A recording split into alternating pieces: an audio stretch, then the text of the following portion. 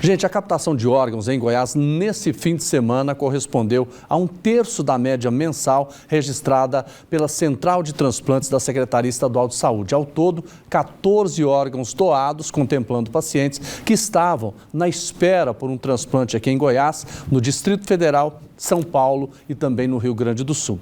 Sobre esse assunto tão importante, nós vamos conversar agora com a gerente da Central de Transplantes da Secretaria Estadual de Saúde, a Catiúcia Freitas. Catiúcia, boa tarde para você, seja bem-vinda. Boa tarde, obrigada. Vamos falar dessas pessoas, né? São 3. Qual é a idade dessas pessoas? Foram 3 doadores. 3 doadores. Doadores de 10 anos, de 31 anos e de 62 anos. Essa criança de 10 anos foi vítima de quê? Traumatismo crânioencefálico por acidente. Por acidente. Isso. E a família decidiu fazer a doação? Isso. Em todos os casos, a família é consultada, né, depois de receber essa notícia, né, que o protocolo, que o diagnóstico foi confirmado.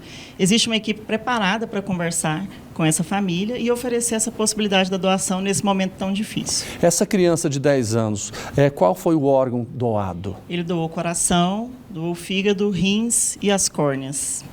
E aí depois você leva para a central e onde é feito o transplante. Já foi tudo transplantado? Isso, só as córneas que têm um tempo maior, né, para serem liberadas e transplantadas, mas órgãos como o fígado, os rins, o coração ele é 4 horas entre a retirada e o implante. Então, por isso que o coração ele exige uma logística muito ágil, né, tanto com o apoio da Força Aérea Brasileira ou de aeronaves particulares, como veio de São Paulo. Então, precisa dessa aeronave estar a postos para transportar essa equipe em tempo hábil para o transplante. Agora, no caso da pessoa que é 31 anos ou 32? 31. 31. O que foi também doado? Foi doado o fígado, os 2 rins e as 2 córneas. Nesse caso, a família decidiu ou vocês convenceram? Como é que foi a doação? Sempre, em todos os processos, existe essa equipe que vai conversar com a família, juntamente com a equipe do hospital. E a família decidiu. No caso da doadora de 31 anos, ela tinha deixado isso muito claro em vida. Então, a família faz questão de reforçar que eles fizeram essa escolha, mas que a escolha tinha sido dela.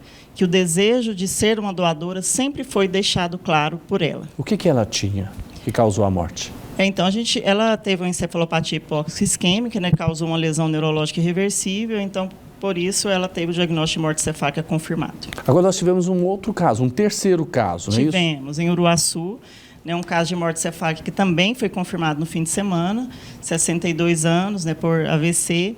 E ele também foi doador de fígado e de córneas. Então, foram 3 doações sequenciais, né, uma logística que exigiu uma mobilização de diversos profissionais, né, que começou ali pela manhã, com a equipe se deslocando para o Uruaçu, prosseguiu para o UGOL, né, recebendo a equipe do DF também esteve presente, né, e depois Aparecida de Goiânia, a última captação. Olha, eu fiz questão de fazer essas perguntas, detalhar todos os 3 casos, porque agora vem a parte também mais importante, né?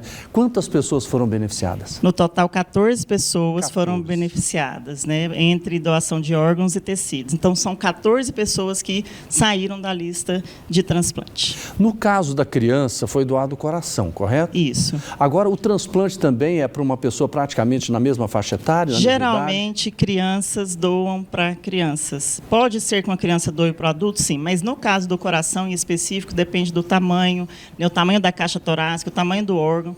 Então, e a fila pediátrica ela é separada. Então, existe uma fila pediátrica de até 17 anos. Então, quando nós temos um doador pediátrico, primeiro vai ser selecionados receptores pediátricos para posteriormente, porque, por exemplo, um rim de uma criança pode ir para um adulto. Mas, geralmente, os rins de crianças vão para crianças. As crianças vão receber rins de crianças. Daí, né, Catiúcia, a importância da doação, né? Salva vidas, né? Exato. A gente sempre diz, é muito difícil, a gente entende que as pessoas têm uma dificuldade de falar sobre esse tema, mas a gente precisa de falar sobre isso. Né? A gente precisa de deixar isso claro para quando, né, se um dia a família tiver que tomar decisão, ela já tenha certeza, eu vou fazer isso porque ele queria e ele me disse em vida. Catiúcia, obrigado pela sua entrevista. Uma boa tarde para você. Eu que agradeço a oportunidade.